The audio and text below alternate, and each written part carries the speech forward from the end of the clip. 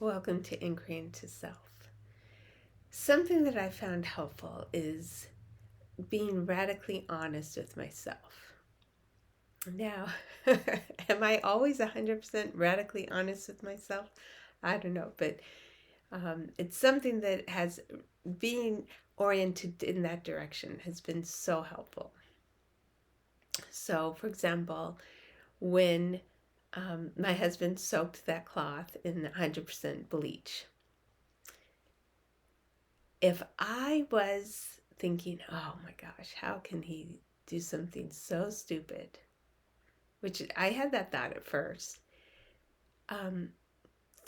What came up in my radical honesty is, wow, Lisa, so you think intelligence is more important than recognizing this harmonious benevolence, the oneness that we all are, is more important than heartfulness. Wow, really, in this moment, that's what you're going to make this moment about, intelligence. Now, wow, that's very self-revealing. Really? Do I think intelligence matters more than heartfulness? Do I think intelligence matters more than recognizing this one infinite benevolent unfolding? Do I think proving intelligence somehow means whatever? And I did have an identity that was tied towards intelligence. But in that moment, boy, the cost of that became very, very clear. So I didn't just get to, oh, okay, you're criticizing your husband here, but I took it to the next step. What was it saying about the identity, the separation that I wanted to create? And where was the opportunity to recognize what the universe actually is? You know, when the universe doesn't comply with my shoulds, it's showing me another set of values. Now I actually have this term. I call my husband a mensch because he is such a mensch. I mean, the kind of person who's there for you, who's caring, who's open-hearted, loving, reliable. He also turns out is very intelligent. But in those moments, it's really just a great reminder that this is what the universe is offering me. It's just amazing, amazing care and reliability and support. And, my little preferences are just my instinct towards separation. That's it. That's it. And I'd much prefer to recognize the universe, to recognize this infinite that we are. So I had to be radically honest with myself. What mattered more to me? The same thing with our haphazard house that I've mentioned. I had to let go of what I thought our house should look like, the order, and how I wanted it to feel calmer. Because my idea of calmness required a certain amount of order. And, my room is equally not, my office, I should say, is equally not that orderly.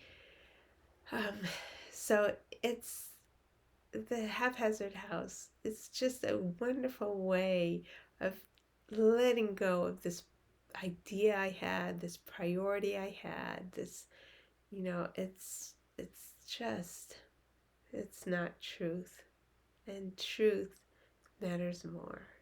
Truth is that the universe is a forest, not a garden. The universe has logs fallen over and dead branches and all of these things that are together making the habitat for all the things that happen to be growing. The mushrooms grow because there are dead logs. So many things love all of the dead branches. This is a forest. And to be radically honest with myself, I had to get really honest with the pain I was causing by my attachment and how I was alienating myself from the richness of what is. This radical honesty, I can't pretend like, there's a world that's one and one expression of some infinite goodness. I can't pretend that. I can only live that. And I can only live that by being radically honest at the moments that I'm not living that and being available to have it changed. It's sometimes it doesn't happen in a day or a week, but then I just notice, okay, I'm available. I'm available to see the goodness here. I'm available to learn why my prioritization is clearly not right. I'm creating more separation in the world by my attack of the world. Whoever I'm criticizing, I have to be radically honest and say, wow, I'm burdening them with more negative energy because I'm criticizing them. I'm weighting them down with more negative energy because I'm criticizing them. And I just have to be radically honest and notice, wow, I am creating war in the world because I am criticizing them. And what it ended up doing is it made me realize, oh my gosh, this letting go of my ideas, my identity, my separation, letting go is no small matter. I mean, when I was radically honest with each little place that I was doing it, it is no small matter.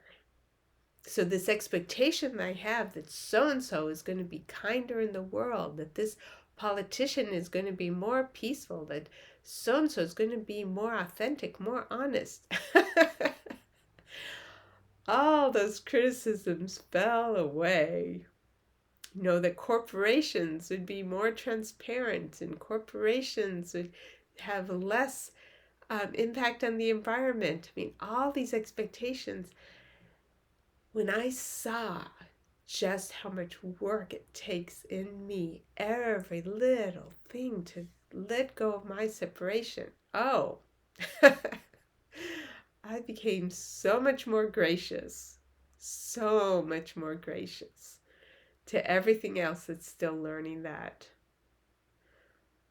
It is no small thing. It is a deliberate honoring of truth and the letting go of my foothold, the letting go of my foundation, a letting go of my prioritization, a letting go of my values. I mean, it's really a falling apart that happens again and again. And then what arises is this grace for myself and grace for everyone else and love and gratitude for everyone. It's so sweet that the world has been so patient with me. Yes, so sweet. Oh my gosh. The little ways that I've been competitive, the little ways that I've tried to make sure I got what I needed, the little ways where I didn't think there was enough and I projected scarcity into a situation. I'm so grateful because having become much more radically honest, I can see all the little ways that I've created war in the world. And now as there's more and more peace in me, I can feel that peace is expanding everywhere. And I trust the timing.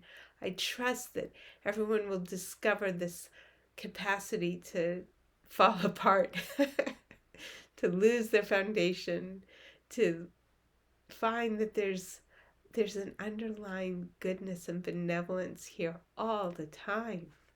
How else is this all staying together? How else is my brain working? How else is the food growing? How else is oxygen managing to get replenished over and over? How else? How else? So this radical honesty, it's just been such a blessing, such a blessing. And the gratitude that comes out of it. You know, it doesn't have to be self-judgment. You know, there's a grace, you know, a lightness and ease, a falling apart. It's very rich. This radical honesty with myself.